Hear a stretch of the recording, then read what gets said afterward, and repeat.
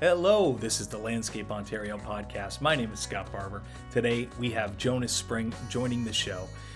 Jonas operates Ecoman, which is a successful landscape design and construction business that works to enhance and increase green spaces through proactive and thoughtful ecological design. We're going to talk about what that means. Jonas draws on over 15 years of experience helping people and projects get the most from their green spaces. Currently, he's the president of Landscape Ontario's Toronto chapter, and he's also a member of Design Climate Action. That is a group of designers who commit to educate, advocate, and design for a socially just transition to a carbon neutral economy. Jonas also holds a BSc in agroecology from the University of British Columbia. Today, he's here to talk about what he does and why he does it. And also, an awesome event he has coming up on February 19th called Reference. It's for really anybody with an interest in horticulture and design, and it looks at ecological references for design. We're going to talk about all of those things coming up in just a moment.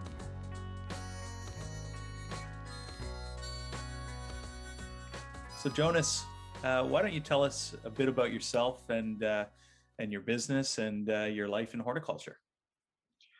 Well, thanks for having me on. Appreciate the opportunity. I started out after high school 20 something years ago, and I studied landscape design at Ryerson.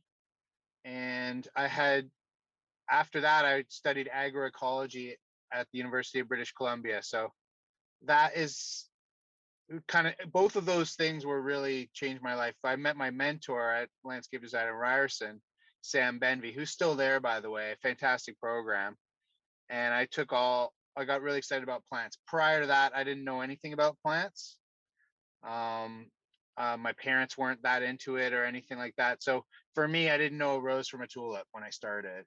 And I really got into plants with Sam Benvey, took his plant courses and plant ID courses, studied at UBC. And what they did there is they said, well, let's take these ecological principles and apply them on an agricultural landscape, which was really cool. And I basically came back to Toronto, which is where I grew up, and try to do that, take those ecological principles and try to reimagine them on an urban landscape. So basically the same idea, but how does it affect, a garden or a street or a building? And so those kinds of ideas have been percolating for 20 years. And Sam Benvey 20 years ago was growing all these plants at the base of the building at Ryerson, the architecture building. He had 400 species growing from seed. And he told me that it was the base of a cliff, and I had no idea what he was talking about. It made no sense to me. And I said, well, come back with something practical that I can actually use in my day-to-day work as a landscaper, and then we'll talk. The young guy, giving him a little bit of talk back. So anyways, it took me 20 years to figure it out, but the whole idea of the ecological reference comes from that interaction, that first interaction with him, and how he was talking about how different plantings have this ecological reference, this idea that there's for every landscape that we work on, there's some kind of analogy or some kind of ecosystem that's around that has similar dynamics. And so that was really the idea for doing the reference symposium the first year, was to sort of explore that idea by bringing in ecologists to talk about ecosystems that were similar in their dynamic to something that we would see in the city. That was really the basis for it. So we organized that 3 years ago. This will be our third year doing it. And it's really been an amazing experience for me. I'm taking it like I'm a student, right? I'm just trying to invite all these experts to talk about these plants that most of us don't know about, or we know them, but we didn't know that they had those abilities. I can give you some examples, but that's a little bit about myself anyways. That's great. I appreciate that, Jonas. So Reference, it's coming up in a little bit later this month. And you sort of mentioned, why you wanted to start it. Can you tell us about what's going on at the event this year? Yeah, what we're gonna do is we're scaled it back to, it used to be a full day, and it was obviously in person. So we're scaling it back. We're what we're going to do is do an online version of it, and we're going to have 2 sessions, and they're very different. The first session is, I think, appropriate for the pandemic in the sense that I always wondered about indoor plants. I never really had an interest in it. I was always, you know, doing stuff outside, and my family, my wife takes care of the indoor plants, and I always thought of them as something that, tropicals, and I didn't really know anything about it, wasn't too interested in it. But in the back of my mind, I did wonder, was there an ecological reference for inside? Is there an ecosystem that's basically room temperature and dry year round, and can take different light regimes depending on where you are in the house or in the building or on the green wall, right? Anywhere inside a building.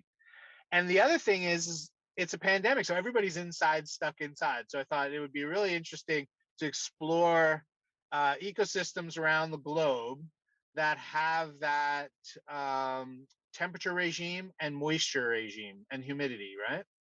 So for us, that's going to be the first session. We're going to be talking about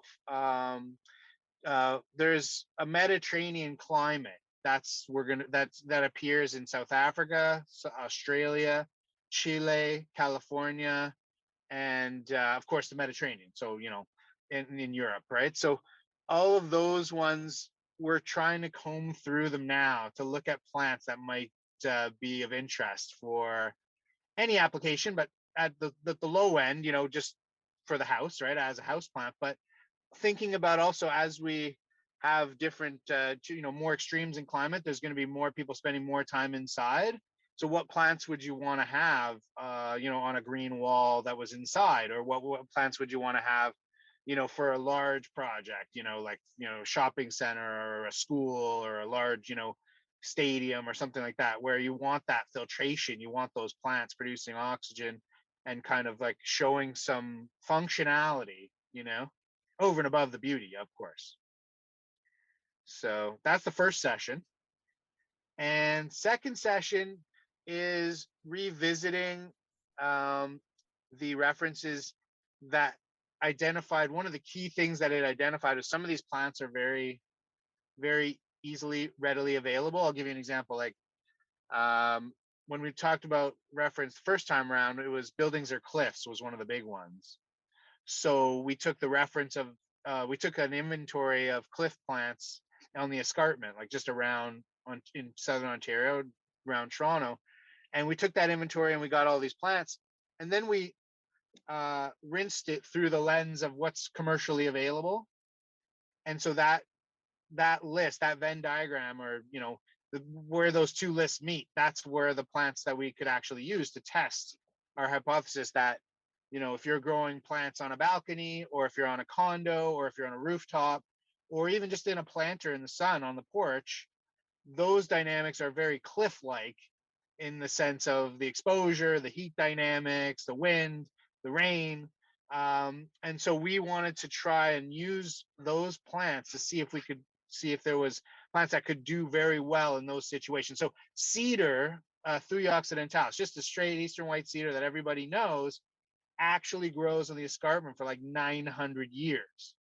So some of the oldest growth cedars that still exist, because everything else was cut down in logging, actually exist on the escarpment cliffs. And so we thought, well, these are going to last longer than the condos. This is a great plant to try. And so we've been doing trials with it. Anyways, one of the things that we found is that there's a lot of times you cannot get the stuff. So in this case, in the case of cedar, you can get lots of it to do this stuff. But some of the stuff is, a little bit more off the beaten path and more difficult to find. And so I teamed up with Ontario Plant Restoration Alliance and Stefan Weber, and they are doing source identified seed. They're collecting seed in these areas, and they're growing that seed in a seed orchard. So basically, instead of having to go back to the bush to get your seed, you grow a garden of it, and then you can collect your seed and have that sort of supply in perpetuity. So it's kind of a very long-term way of preserving seed without having to degrade the remnant ecosystems that are around us around Toronto. So this idea of the seed orchard has really taken off in several counties around Ontario, and And now we're looking at doing it in Toronto, to have a Toronto seed strategy where we identify plants that we need, going forward, and we look for those genetics in local populations, and then we collect seed and then plant them in what would be a seed orchard. So you're farming the seed, and then you're growing them with our nursery. So I'm actually where I am calling you from right now, as it happens, is from a wholesale nursery. And I don't know if they want me to use their name or not, but I'm taking these seeds that we got from last year's seed orchards, and I'm bringing them to them as a custom grow, like as a contract grow. So they're going to grow a half a dozen species. We know where those came from. So it's kind of like wine or cheese, like it's got its own provenance, right? So I'm going to be growing these seeds for green roof projects we do, for green wall projects we do. Um, so, anyways, back to the reference thing. We're actually going to be doing an update on the seed strategy. So we're going to be inviting some of the people that are working on the idea to talk a bit more about how things are looking from their side. So we have people from the city who are helping. Toronto Region Conservation, I've invited Paul Morris. I've We've got some private contractors that are interested in this, like myself and other people from Landscape Ontario who do work with a lot of native plants in their designs. So we have some landscape architects, and we have some Indigenous folks coming, and really it's just about kind of creating a bit of a working group to try to think about this idea of having more seeds grown and then more plants available to use for projects like that, Awesome. Sounds great. So how do you incorporate some of these ideas, some of these things that you're so passionate about, into what you do with your business with Ecoman? Right. So there's a number of ways that it does. It's basically, I use it for sales, I use it for plant lists, I use it for um, those are the two biggest ones, and then I use it for design. So the main thing is, if you wanted to, like, a practical application of it, you're like, okay, I have no idea what plants to choose because I don't know any plants, right? Let's say, you just graduated, the few plants that in school, and that's it, right? So if you look at the ecological reference from that point of view, you could say, well, I'm going to go and compare my site to these other sites that already have plant lists. So we go to the ecological land classification system. We see that there's this other eco site that is similar, and there's a plant list already there. So we can say, okay, well, maybe some of these would be a good place to start, or maybe give us ideas for other plants that go with those plants, right? So it's in that sense, I use it to define the space, to talk to the client about why we picked the species that we picked. I use it to generate the plant list and to justify the plant list in terms of its functionality, of like how well I think it'll do. And I use it to sell because let's say you have a client who has a backyard and nothing grows there. Like, I get the call all the time. The typical call for me in Toronto downtown: oh, I have a big tree and nothing grows underneath. Or, oh, I have shade from the next door neighbors and I have no grass and it doesn't grow. So for me, I'm always dealing with, like, it's a problem. Usually people come with me, nothing grows. So I look at it and I say, oh, this is a very similar to a woodland understory, which is the most common one for a gardener. From a gardener point of view, the ecological reference that everybody knows is the woodland understory is the most common one. The second most common one would be like a meadow or a grassland. Like if you have an open space, that would be the most common reference. But there's a whole bunch of others that are really fun too. Grottos. Like if you've got buildings on all sides, you've got lots of things that you can do. As far as, if you think of the buildings themselves as like big giant boulders, then you've got lots of plants that'll grow at the base of cliffs called the talus slope, or at the base of a boulder. And so that really informs our design. And then we come and talk to the client and say, hey, do you know you live in a woodland understory? Or hey, do you know your house is a cliff? And like, it's kind of like they kind of get it right away. And then you don't have to worry so much about, arguing about every single plant. Why did you pick it? It's more they get the idea that they live in this setting, and so you've created a bit of a picture for them. So we use it for sales. And what's your experience been with the public? Are most or many of the clients or potential clients reaching out to you, reaching out because of that expertise, because of that focus for your business, or what have you found in terms of reception to these ideas in the public?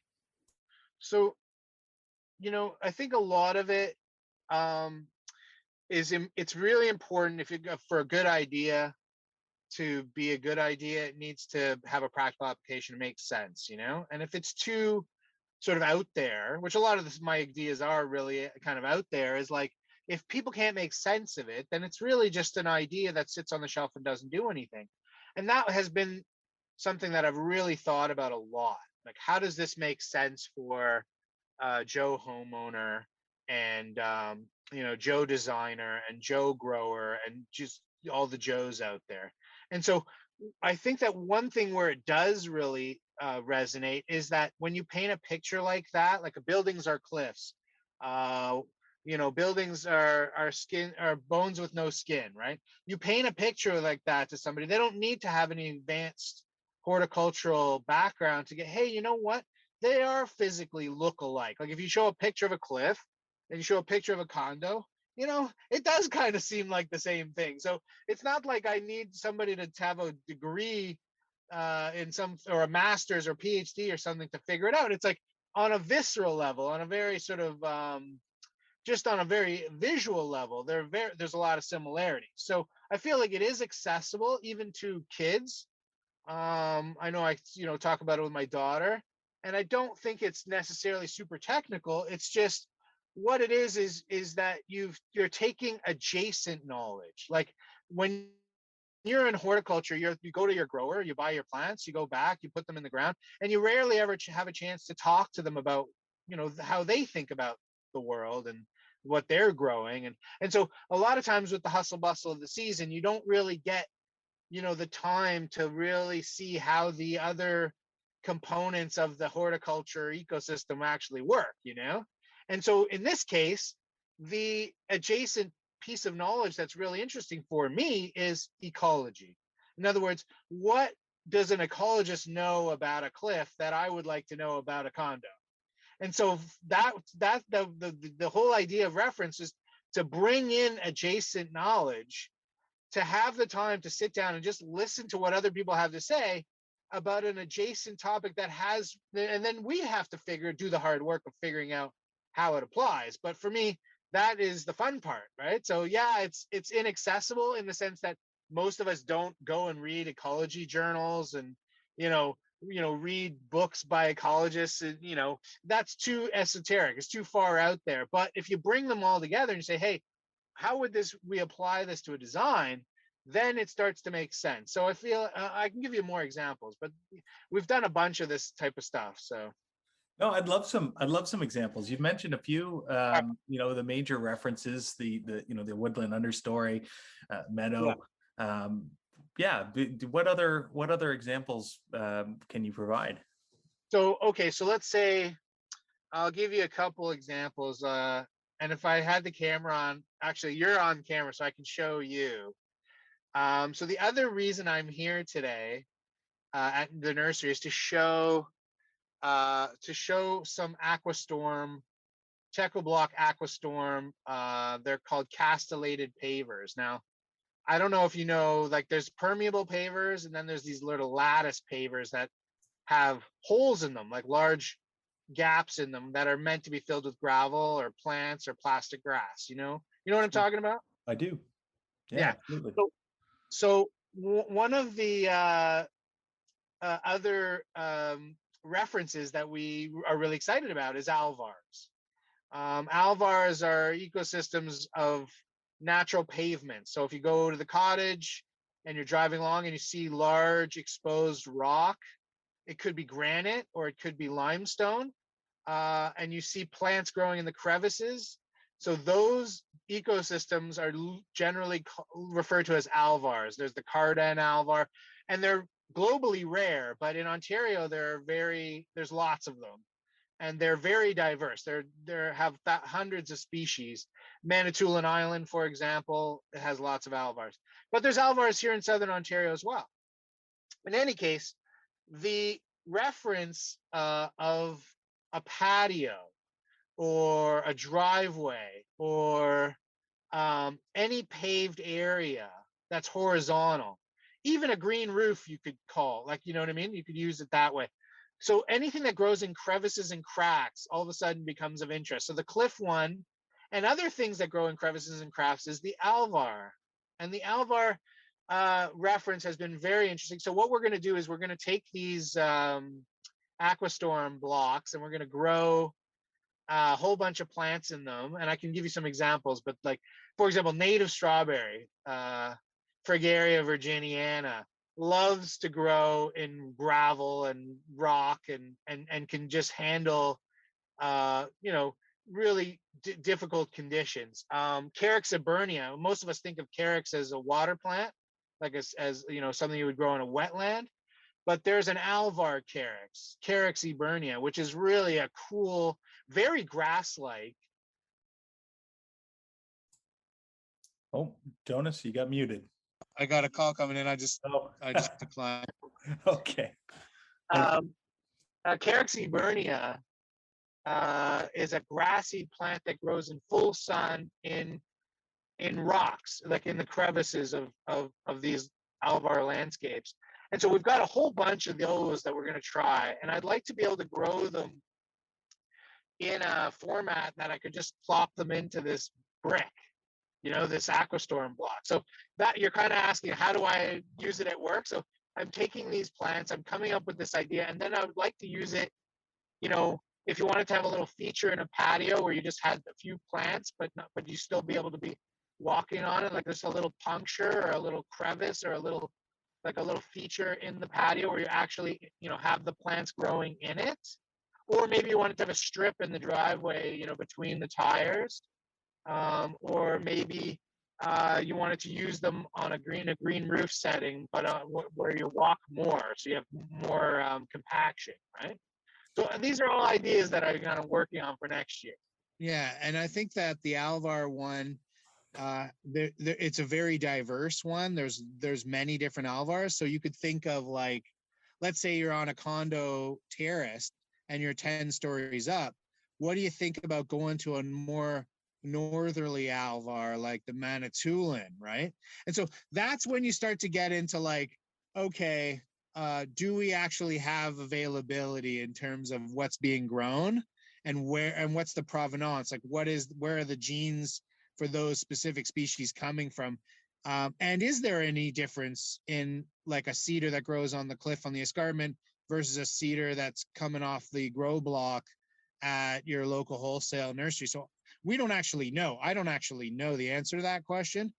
But the other piece of it, this whole seed strategy piece that we're talking about, is that we do know that a lot of those populations of plants are under stress, under pressure, and they're adjacent to development, and they could actually disappear potentially. So there's actually a whole bunch of people that are trying to collect these seeds and ramp up through the seed orchard idea. So it actually helps my business as well. Like, there's a nice crossover there because I can try to secure a more stable supply of the species I'm looking for the projects that I do through this process. So there's a lot of crossover here in terms of private sector and then the public benefit, right? Yeah, absolutely.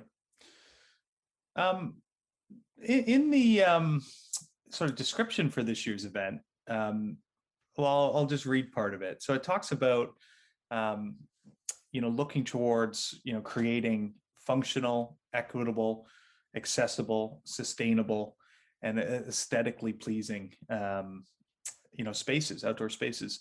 I think most of us know how aesthetically pleasing fits into that. Could you maybe talk a little bit about what you mean when you say functional, equitable, accessible, sustainable? I mean, we could probably talk all day about some of those things, but could you maybe outline a little bit about what you mean when you include that in the description for the event? Sure. So let's talk about functional first. One of the things that in the plant world that we do is we spend a lot of time, arguing about what the plants should be in the garden. Should they be native plants or should they be other plants, ornamental plants, what we call ornamental plants. But at the same time that that's happening, there's a much larger tension between that the gardens are getting smaller overall. And I think that you saw there was a debate on whether some of the gardens are too much hardscape, right? And so in terms of functionality, I think that plants are not they are viewed ornamentally more than they're viewed as functional parts of the infrastructure. So when we talk about green infrastructure, we talk about plants as infrastructure, in that case they're actually performing work. They're actually doing a job beyond how they look. And so from when we say functional, we say, okay, we are going to handle some of this stormwater by using these plants and lands and like having the topography go this way, and the plants are going to suck up all. So functional really refers to other things other than ornamental that provide benefit.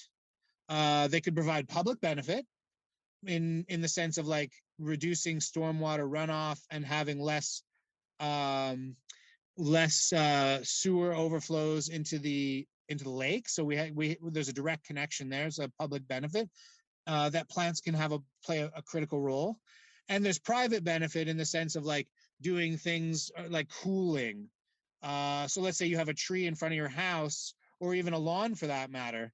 The cooling that you get from a park, that's a functional benefit. In other words, it's nothing to do with what it looks like, but it's actually giving you benefit in terms of just being able to sit out. Like the difference in temperature between the parking lot and a park can be up to 10 degrees. And we know this, we can measure it. So in terms of functional, that's what I'm talking about. And then as far as, so the aesthetic and the functional, this is sort of something that we bring together in the landscape.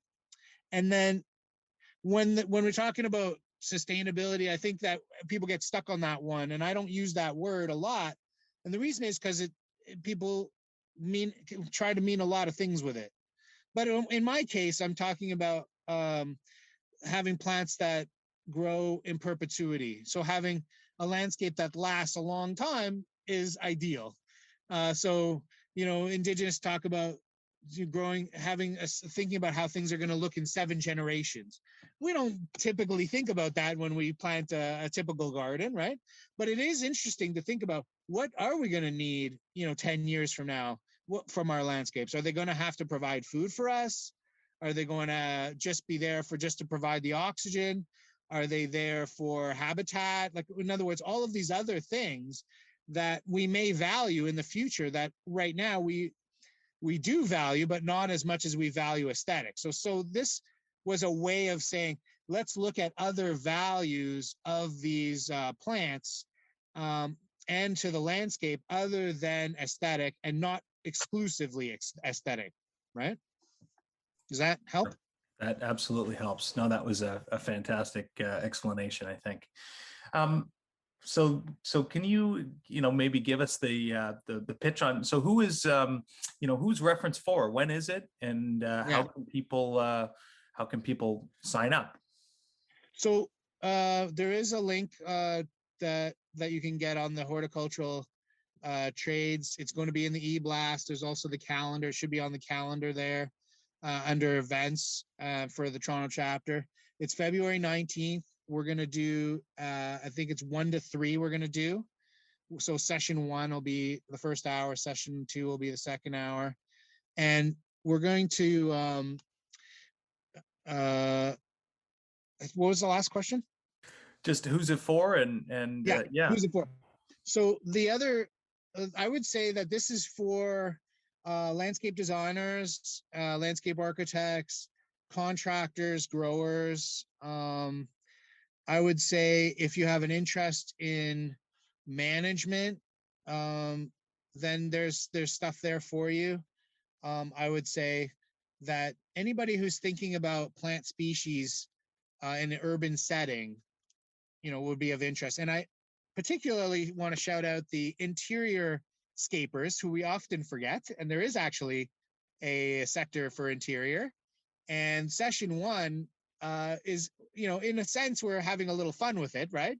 But I think that there's actually an opportunity to have a conversation to think about how some of these interior plants might provide more function and more value, and maybe last longer, and maybe have some more ideas for what plants could be opportunities for indoor spaces. So if you're a grower, or if you're a designer for interior landscapes, this might be interesting too. Or just somebody who, grows plants inside. You live in a condo, you got a bunch of indoor plants, and you're sick of them because you've been staring at them off the whole pandemic. Maybe you'd like to come and look at some ideas for alternatives for inside. For sure. Awesome. Well, I appreciate you taking the time to talk about the event, but not just the event, obviously, so much more. It's been really interesting, and I know we could probably go on much longer, but I think we'll leave it there for now. And I hope that folks go check out the event in a couple weeks' time, or less than that, I guess. Time is flying. Yeah, next Friday, actually. Next Friday. Yeah, time is flying. But I really appreciate your time, Jonas. It's been nice chatting. All right, thanks so much. I appreciate the opportunity, and thanks for having me on.